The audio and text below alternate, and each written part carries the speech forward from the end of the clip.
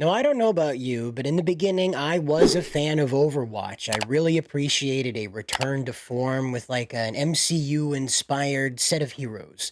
It seemed like a really interesting idea to give them anime like powers as opposed to your standard superhero abilities. And who didn't like Winston, the big smart monkey that got everybody together? I know he's an ape. I know he's an ape. I just like calling him a monkey because it's funny. And then over the years, Overwatch decided to become many things that it was not when it began. One of the most egregious ones was the canonization of the Soldier 76 and Reaper love triangle with Mercy. And that, I read too many fan fictions about that and I hate it. I really do. I really don't appreciate that whatsoever. Not only because I just don't think that that's wise to do. I don't think it's a good idea to go pinning your characters to trends like that. Um, but also I think it's unwise to do because those two characters have a lot of mileage between each other, and that's not a good kind of precedent to sort of frame other human beings through, right? So what I'm trying to get at is that that was a very abusive setting, sort of like Joker and Harley, but not so much to the emotional extremes, more over to the violent extremes, the actual physical violence against one another extremes. And I just don't. It really bothered me. Out of all the pairings that Overwatch decided to canonize that Tumblr came up with, okay, you know where they came from. I know where they came from. We'll talk about their diversity tool in a minute. Did you know they have a diversity tool to generate these characters? There's nobody sitting in an office. It's not manatees with balls that have writing on the side of them. No, no, no. There's actually an AI that's helping them craft these characters. But that Soldier 76 and Reaper thing was just not for me, and I to this day I'm still kind of disgusted by it, really. And again, don't get me wrong, okay? There's a place and a time for different character types, but those two in particular had a long history of violence, had an extreme situation happen during the war, and then an absolute guttural betrayal, only to turn around and be like, lol, they loved each other. Like, no, no, no, no. This is the survival of humanity, not a Lifetime movie, okay? So now you understand where I'm thinking as we come into this Marvel Rivals thing. I don't come to Overwatch as a newbie. I own it. I play it. One of my I okay, it's weird. I have like adopted kids on the internet. These are people that are like Zoomers and alphas that their parents like they're in college and stuff, and their parents are just kind of like, "You're not my problem anymore. Deal with it. I'll talk to you in the holidays. See you later." And so I'm kind of like internet dad, and these people play Overwatch competitively. One of my internet daughters is a captain of an esports team. I'm really proud of her. Her college has her as a captain of one and two esports teams. The first one is for Overwatch, the second one is for Valorant, and I just it's so cool. But even she was explaining that like the player count dove immediately as you're reading it here from Overwatch 2 hits its lowest player count on Steam following the release of Marvel Rivals. And so what I was told is that what's gone on in Overwatch 2, because I didn't stick with it, okay? It got murky there with all the different diversity stuff they kept doing that had nothing to do with what you were playing the game. The backstories to the character took precedence. Oh, don't even get me started on the disappointment of the Junker Queen. Like that was a massive disappointment. Okay, I don't know about you. Let me know down in the comments. Were you as disappointed with the Junker Queen as I was? I had such high hopes for that character, and boom, no, no, no. Just another figurehead, another agenda, stupid hood ornament thing that has no precedence beyond the hashtag that inspired it. I absolutely hate it, and this is what has driven Marvel Rivals to become a titan overnight. All right. Now, I realize there's going to be people in the comments that want to remind us that this is a CCP owned game. That's Chinese Communist Party owned game. And they are 100% correct on that, okay?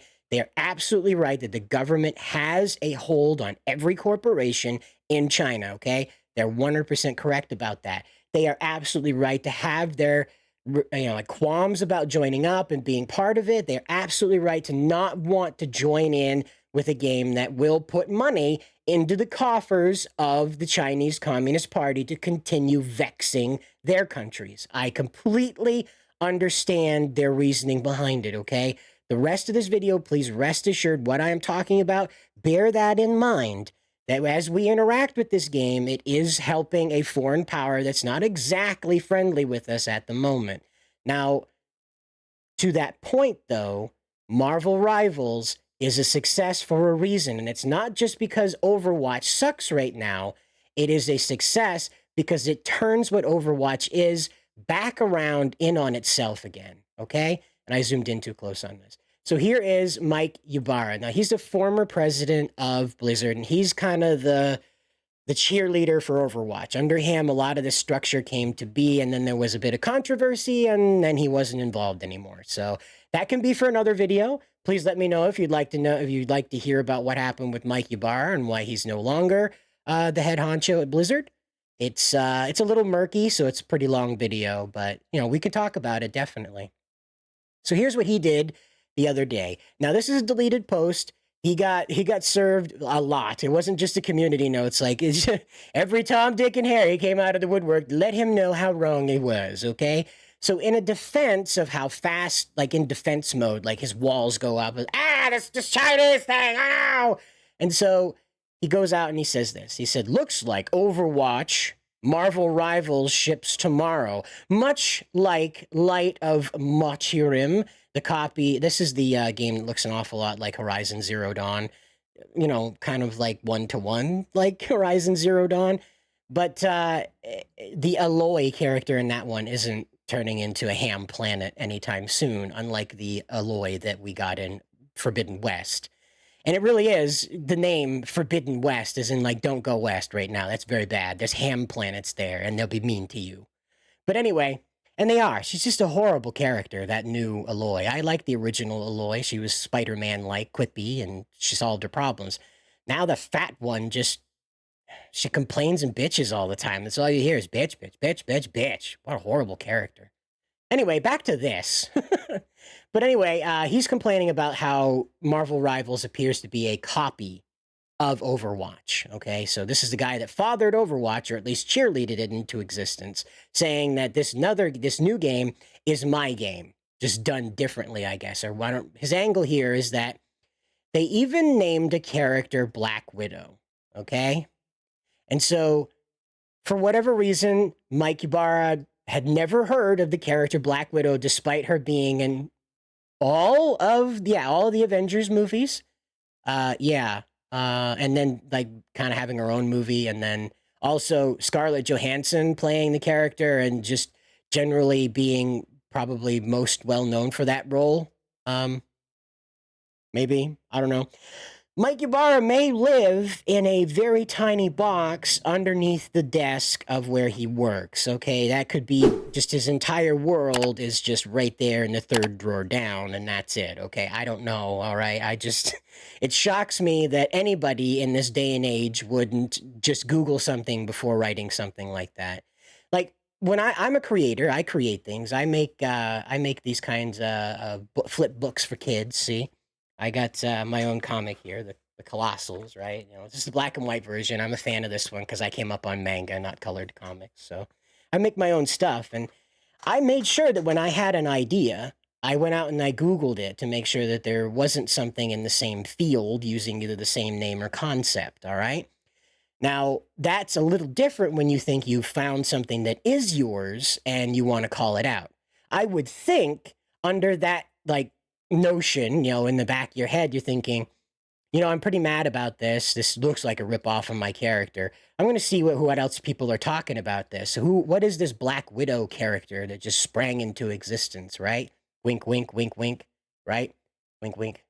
And so, no, he didn't do that. He just went out and he said, Widowmaker versus Black Widow in Marvels. They rip it off. It's a ripoff, right? And so that's what you're dealing with here with Mike Ybarra and his concepts. And as you can see, the community notes made sure to let him know about his concepts. You see, he says down here, Natasha Romanoff, this is the community notes, not Ybarra. It says, Natasha Romanoff, a.k.a. Black Widow, is a popular Marvel hero who made her comic debut in 1964, more than 50 years before Overwatch and Widowmaker were created. the poster is spreading misinformation. Now, Ybarra is one of those people that cares very much about this misinformation thing and who won what election when and why. So this fella was probably pretty burnt over that and decided to delete his tweet anyway. But I do want to point out that this would mean that Natasha Romanoff, the character, is older than Mike Ybarra. So again, in a wonderful comeuppance, if you will. Now, I promised you earlier we were going to talk about this diversity engine, okay? Now, I'm not going to, you can't give me notifications. I don't want to hear from you people. Anyway, so this is a diversity space tool, okay? And so what this is that it helps them visualize what they're creating in the character as it's represented, all right?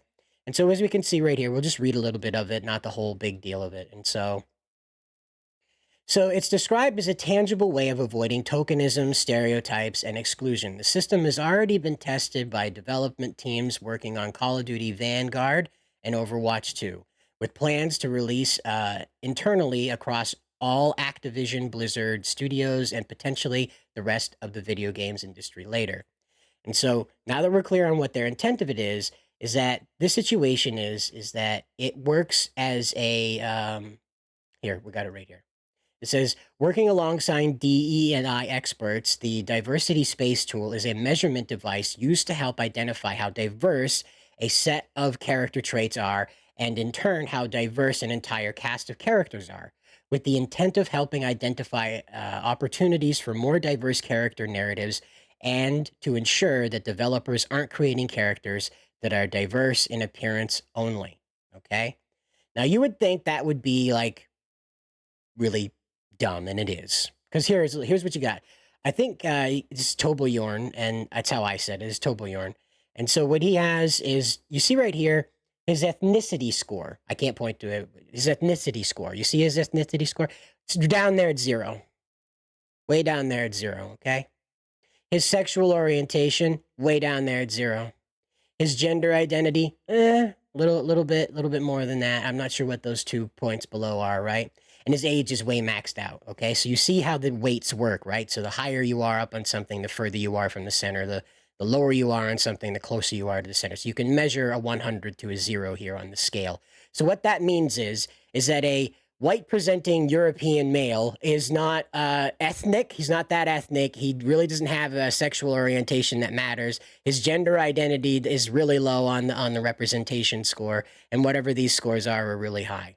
All right? Now, inversely, let's take a look over here. Oh boy, I forgot his name. It's the roller skater guy. Gosh, I forgot his name. Anyway, that character, his ethnicity score is the highest score about him. Okay? This was supposed to avoid creating tokens and stereotypes, and yet here we are, just absolutely pointed in all directions here. It's ridiculous that this is even a thing that exists, because for all of its worth, it had absolutely no effect at all. Because look what happened here, all right? Now, I know you know Madam Savvy out there. If not, feel free to follow her. She's an artist, a gamer, as well as a pop culture commentator. You can catch her on the Geeks and Gamers Tuesday night main events tonight, I think. Going live here in a couple hours after this. Yeah, after this video goes up. It should be right. Tuesday. Yeah. Anyway, so here we have it. She says this, and this is the opinion of a lot of people, including one of the esports gamer coach, adopted daughter I told you about at the beginning. This is pretty much what she had to say, just better, I guess. It's more formalized. So this is what Savvy had to say about what's going on with this Overwatch 2 Marvel Rivals tug of war. And she says, I didn't think I was going to swap over. The homies and I had just gotten back into Overwatch, but once I got my account suspended for 2 weeks from sensitive Sally's, and the game was overall being exhausting to play, we tried out Marvel Rivals for the first time last night. We had fun, and best of all, people were chatting. No one chats in Overwatch anymore. It was all social in Rivals. Everybody was very communicative. There was banter, and there was fun. And so this is what we have over here in the Marvel Rivals thing. And there is this sort of comfort with the game, because we're not dealing with Concord characters that on their face are punishing you for any belief in beauty types that you prefer or not prefer, right? And then on the other end, we've got cute little things like Jeff the Shark here. I want to dig out that piece of art I found. This is from 029, his character over here on Marvel, excuse me, over here on X. And he's showing us a launch mechanism here. So, got Jeff, and he launches you to the battlefield. Bring! Into the battlefield. And it's these cute little touches that Overwatch forgot about. All right? They like their little animations. They like their characters doing the quick zoom up into the camera and all that stuff, and the music that swells up, makes you feel good. But they kind of forgot the spirit of why all that mattered. And so you have little characters like Jeff that go out there and wreak all kinds of havoc, and he's adorable, and he has other functionalities with other characters as well. And so that becomes a mascot character, all right? That becomes a Winston style character who isn't necessarily speaking and involving themselves with the planning or any type of execution, but they have become a visual representation of the fun or experimentation that's taking place in Marvel Rivals. And that's really what's driving this in the end, is that the game is visually pleasing. It's taking different risks, maybe not new risks, but it's taking different risks. And it's doing its very best to imitate the most successful parts of Overwatch while leaving the least successful parts behind. So, I'll have to ask you this. Do you want to see us get together and put a team together and play Marvel Rivals? Want to meet up with us out there on the servers and see what's going on? Play against us, chat in the chat with us. Let us know down in the comments below if you want the Bounding team to put together a gaming crew and join you on Marvel Rivals. Like I said, we're very well aware that this money will go into the CCP and that sort of thing, but when was the last time we were enjoying a game like this that didn't punish us for having any type of beliefs that fell outside of the Rainbow Warriors, huh? When was the last time you were allowed to enjoy the jiggle physics on Squirrel Girl? You know what I'm talking about. You know what I'm talking about. In any case, guys, you'll have to let me know what you think down in the comments section below. And as always, good luck out there.